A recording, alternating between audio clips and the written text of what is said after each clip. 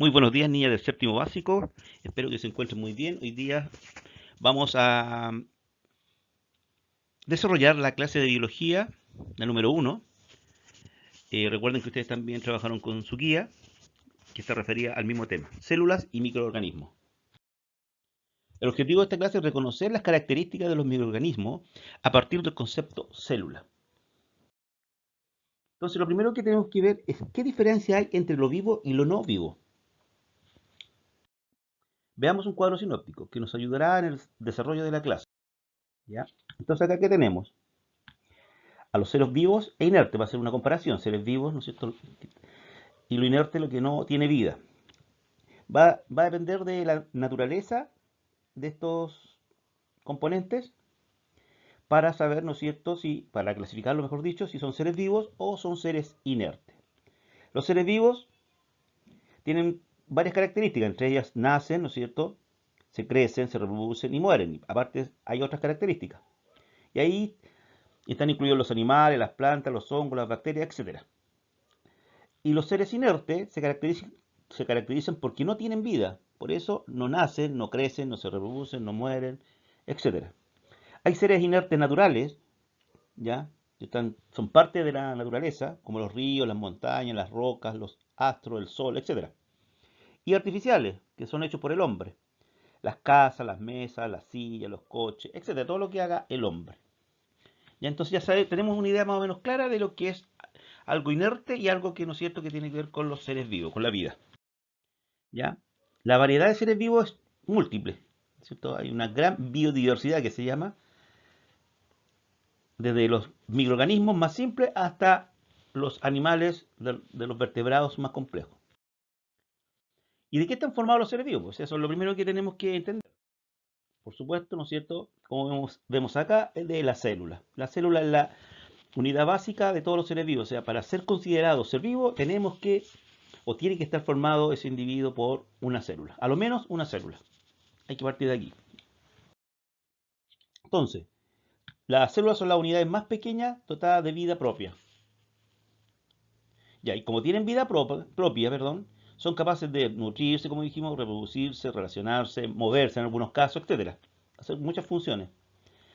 Y cuando pueden ser solas, ¿no es cierto?, individuales esas células, o si no, pueden agruparse en tejidos, órganos, sistemas, etcétera, a formar un organismo de mayor cantidad de células. Entonces pueden haber organismos formados por una célula que pueden hacer todas estas funciones, o organismos agrupados en tejidos, órganos, sistemas, etcétera, que pueden también hacer estas mismas funciones. ¿Ya? Esas funciones son comunes para todos los seres vivos. Pero la unidad donde parte la vida siempre es la célula. No se le olvide eso. Si no está formado por célula, o a lo menos no tiene una célula, ya no es un ser vivo. Entonces aquí, como yo les dije anteriormente, la unidad básica de todos los seres vivos es la célula. ¿Son todas las células iguales? No, pues evidentemente que no. Existen las células procariotas y las células eucariotas. Eso tiene que ver con la complejidad, de acuerdo a la complejidad de la célula. Las eucariotas y las procariotas. Dos tipos de células, que podría ser una de las primeras clasificaciones, para ver la complejidad de las células. ¿Dónde las vamos a encontrar cada una? ¿Ya? Entonces vamos viendo. Hagamos un cuadro, veamos un cuadro comparativo acá. La eucariota, ¿no es cierto?, de acuerdo al tamaño, es mucho más grande, de más de 10 micrómetros o micras.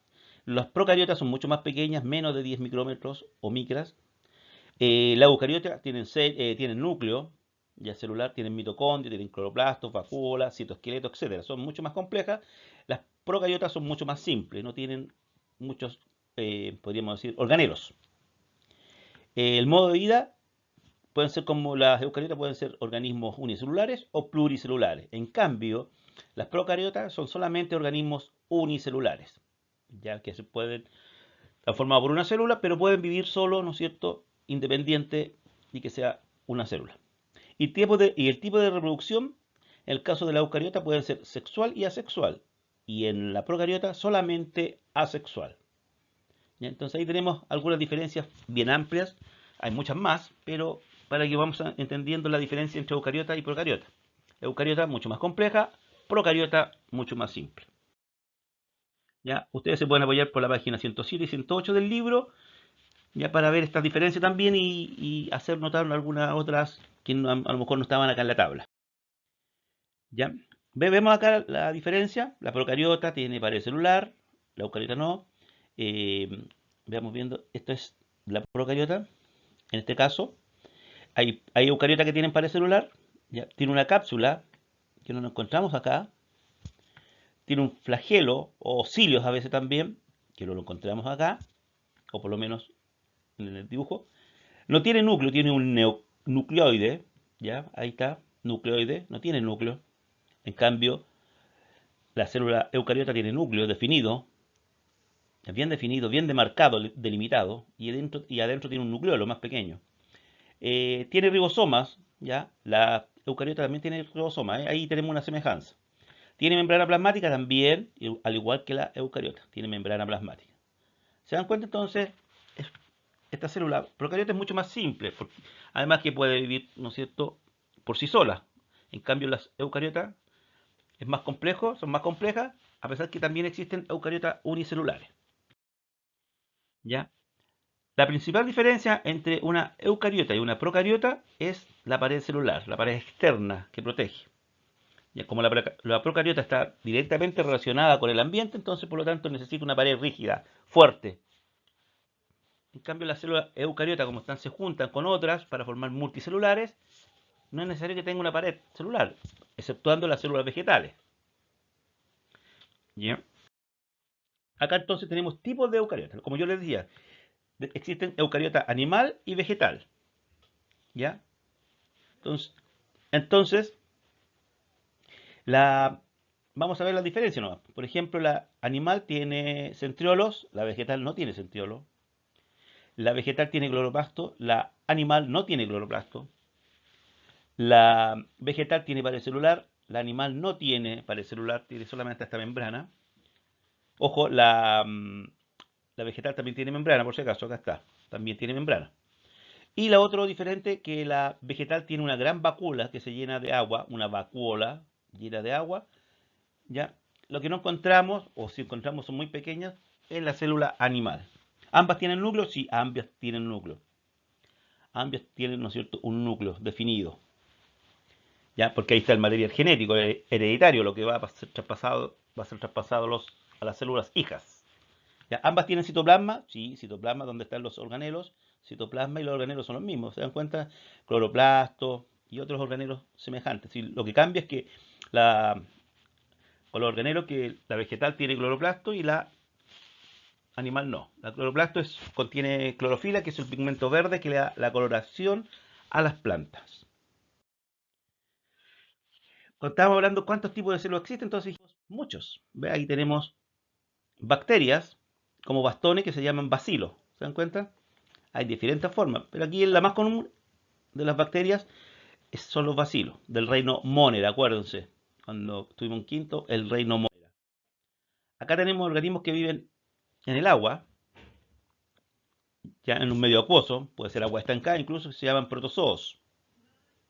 ¿Ya? Algunos hacen fotosíntesis, por eso es de color verde, porque tienen pigmento de clorofila.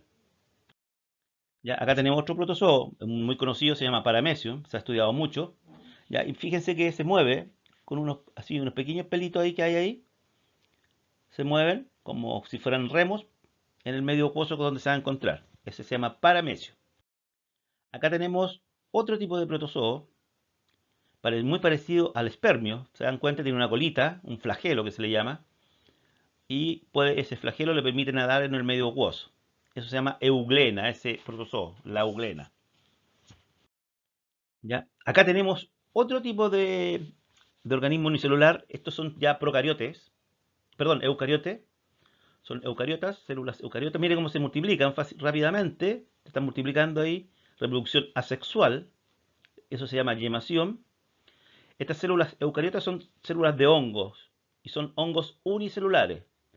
Muy conocidos por ustedes también, yo creo. Son las llamadas levaduras. Las levaduras, sí, esas que se usan para hacer pan, sí, precisamente, son hongos unicelulares. Son células eucariotas que se reproducen asexualmente por yemación y miren cómo se van multiplicando rápidamente, teniendo un medio adecuado. Nutrientes y un medio húmedo se reproducen rápidamente. Y acá tenemos otro tipo de hongo, pero estos hongos se ven. Estos hongos, ¿no es cierto?, son multicelulares, ¿ya? Están formados por células eucariotas, así que estos también son tipos de hongos. Entonces hay hongos unicelulares, como las levaduras, y hay hongos pluricelulares o multicelulares, como los, ¿no es cierto?, las callampas, los hongos de gran tamaño. Entonces, acá tenemos un resumen de los microorganismos. Hay microorganismos que son acelulares, que no están formados por células, por lo tanto no son seres vivos. Y ahí están los famosos virus, que están de moda ahora, ¿no es cierto? Los famosos virus, aquí están. Virus y derivados de los virus, que son viroides y los priones, ¿ya? Entonces, acá están los virus, por lo tanto, como es acelular, fíjense, la A significa sin célula, los virus no son seres vivos, por lo tanto los virus no se matan, como muchas veces aparece en la televisión, que hay que matar el virus, hay cómo matar el virus, no, los virus no se matan, se pueden destruir, pero no matar, porque no son seres vivos, no han tenido nunca vida, así como algo que no tiene vida no se puede matar. Y dentro de los microorganismos entonces tenemos los procariotas, que son los más simples, las bacterias y las cianobacterias o algas microscópicas, para que ustedes lo entiendan mejor, ¿ya? Ellos son los procariotas, son microorganismos, pertenecen al reino Monera, ¿ya? Y hay bacterias que son autótrofas, o sea, pueden hacer fotosíntesis, formar su propio alimento, quimiosintéticos, que pueden formar de sustancias químicas su alimento, y también, evidentemente, las algas unicelulares también son fotosintéticas autótrofas, pueden formar su propio alimento. Pero también existen, seguimos las flechas hasta acá, también existe bacterias, una gran cantidad de bacterias que son heterótrofas, necesitan obtener alimento de otro organismo, ¿ya? Y los eucariotas, que ya son más complejos, tenemos a las algas, de las algas estas que vemos a la orilla del mar, esas algas que están en las rocas a veces, esas algas multicelulares, que evidentemente son autótrofas, son fotosintéticas, hacen fotosíntesis, y tenemos a los hongos que estábamos viendo recién, y a los protozoos, ¿no es cierto?, que también ambos son heterótrofos. Los hongos no forman su propio alimento, necesitan obtenerlo de otro organismo, lo mismo que los protozoos, existiendo sí algunos protozoos que pueden hacer fotosíntesis. ¿Ya? ¿Se dan cuenta? Aquí entonces tenemos a un virus, ahí tenemos a una bacteria, un tipo de bacilos, ¿ya? Acá tenemos algas microscópicas, ya acá tenemos algas multicelulares, las que yo les decía a la orilla del mar, acá tenemos hongos multicelulares, recuerden que también existen los unicelulares en los hongos, y finalmente los protozoos. Ya, ahí tienen que apoyarse en la página, toda esta información en la página 109, ¿ya? El tema de los microorganismos, entonces vamos a ir viendo rápidamente. Las bacterias, siempre bacterias es como que da miedo, son negativas, los causan daño. No, las bacterias, hay bacterias que evidentemente son negativas, las que causan enfermedades patógenas, y las bacterias, también hay bacterias que nos ayudan. Ya, por ejemplo, las bacterias que viven en nuestro intestino nos ayudan a sintetizar ciertas vitaminas y aminoácidos que nosotros no tenemos. ¿Ya? Características de las bacterias. Forman parte del reino Monera, como yo les dije. Son procariotas, son muy simples. Son los primeros organismos que habitaron la Tierra. Son todas unicelulares.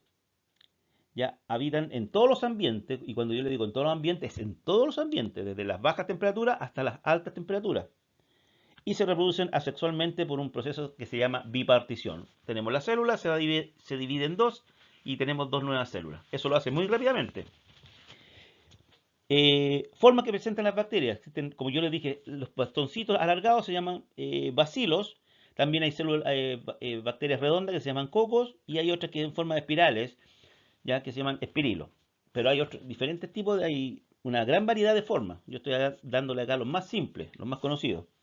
¿Qué tipo de nutrición tienen las bacterias? Son heterótrofos, no forman su propio alimento, su propio nutriente, pero también existen bacterias autótrofas que forman su propio nutriente. Ya, ojo ahí también. Entonces no podemos ser tajantes y decir, no, las bacterias son todas heterótrofas. No, existen grupos heterótrofos y también existen grupos autótrofos. Algunos tamaños para que vamos viendo a dónde ubicamos las bacterias. Las bacterias se ubican, se pueden ver con el microscopio óptico, chicos. ¿Ya? El microscopio óptico es el simple, ¿no es cierto? Que tiene por cristales, por lentes, perdón. Ya lo tenemos en el laboratorio. Nosotros tenemos microscopios y por lo tanto se puede ver con el microscopio óptico. ¿Por qué? Porque tiene una micra, ¿cierto? o un micrómetro de tamaño y un poco más, hasta 10 puede llegar. ¿Ya? Entonces se puede ver con microscopio óptico. ¿Ven? ¿Se dan cuenta? En cambio los virus no, tienen que ser con un microscopio más complejo, como los microscopios electrónicos. Son grandes microscopios que están en algunas universidades y con ellos podemos observar los virus, porque el tamaño es muy pequeño. Son 100 micras a 10 nanómetros, ya son muy pequeños. Ya son moléculas. Ya los virus son moléculas en realidad. ¿Ya? Entonces la micra equivale, imagínense, equivale a 0,001 milímetros. Un milímetro es una rayita chica de la regla de ustedes, imagínense, y esto equivale al 0,00. Eso equivale a una micra, para que ustedes vayan más o menos teniendo en cuenta cuánto es, de qué estamos hablando, de qué medidas. Son medidas que el ojo humano no lo puede ver. ¿Ya? Y se usan estas medidas para microorganismos, ¿sabes? Justamente, para ver microorganismos, bacterias, ¿ya? Protozoos, hongos unicelulares, etcétera. El hongo, ¿no es cierto? El reino de los hongos, o reino de fungi también se le llama, ¿ya? ¿Cuáles características de los hongos? Son que viven en lugares húmedos, porque no hacen fotosíntesis ellos, y, y generalmente ocultos de la luz solar, crecen más rápido. Los hongos, como dijimos, pueden ser unicelulares, levaduras, o pluricelulares. Son células eucariotas, son más avanzados, más evolucionados, poseen núcleo, poseen una pared celular rígida, parecida a los vegetales, ¿ya? Son heterótrofos, como les dije, no tienen cloroplasto, por lo tanto, tienen que obtener el alimento de otro organismo. ¿Cómo lo obtienen? Pueden ser saprófitos, se alimentan de la materia en descomposición de los organismos muertos, pueden ser parásitos, ¿ya? Que se alimentan de otros seres vivos, causando enfermedad. ¿Ya? El pie de atleta, por ejemplo, los hongos de los pies. Y ahí están formados por hifa, pero eso ya son filamentos parecidos a las raíces, pero eso es más o menos ya es más para más adelante. En general, me interesa fundamentalmente que tengan lo que le acabo de decir, hasta la nutrición y que tienen, ¿no es cierto?, que ver con dónde pueden actuar ellos, en la materia de descomposición y en la provocar enfermedades. ¿Ya? Se reproducen por esporas, que son pequeñas estructuras pequeñísimas que no se vean, que viajan por el aire y cuando encuentran un lugar húmedo y oculto de luz, pueden desarrollarse. Así de simple. ¿Ya? Los protozoos son eucariotas, son más evolucionados también, son unicelulares todos, son heterótrofos, se alimentan de sustancias que hay en el agua. Hay excepciones, chicas, sí, a veces han encontrado protozoos autótrofos, pero en general vamos a decir que son heterótrofos, que tienen que alimentarse de otro organismo. Viven en un medio acuoso, es condición para ellos, no así las bacterias pueden vivir en todos los ambientes. Y se pueden mover, como viven en un medio acuoso, se pueden mover con flagelos, la colita, cilios, los pequeños remitos que les dije yo, o pseudópodos, falsos pies. ¿Ya? Entonces, la condición de ellos tienen que vivir en un medio acuoso. Puede ser agua estancada, ya no es necesario que sea agua potable ni agua de río, sino que tenga un medio acuoso donde se pueda mover. ¿Ya? Y para finalizar esta gran clase, podemos entonces resumir. Clasificación de los microorganismos. Los procariotes, que pueden ser las bacterias unicelulares y las algas unicelulares. ¿Ya? También incluyen a los eucariotes, que son protistas, pueden ser protistas los eucariotes, pueden ser hongos, y pluricelulares. ¿Ya? Estamos hablando de microorganismos. Entonces, el virus, ¿ya? ¿Qué es lo que es? No es ser vivo, sino que es una molécula de ADN o puede ser de ARN, cualquiera de las dos, que son las moléculas donde está codificada su información genética hereditaria. Por lo tanto, no son células, no son seres vivos, son sistemas inertes. ¿Ya? Así que ahí estaríamos. Y en la próxima clase vamos a ver la diferencia entre virus y bacteria, porque después vamos a adentrarlos a las enfermedades, ¿ya?, que pueden provocar estos virus y evidentemente algunas bacterias. Eso sería todo, chicas. Muchas gracias por su atención. Queda la clase grabada eh, para YouTube, ya para el canal de ciencia LJMI. Que estén muy bien.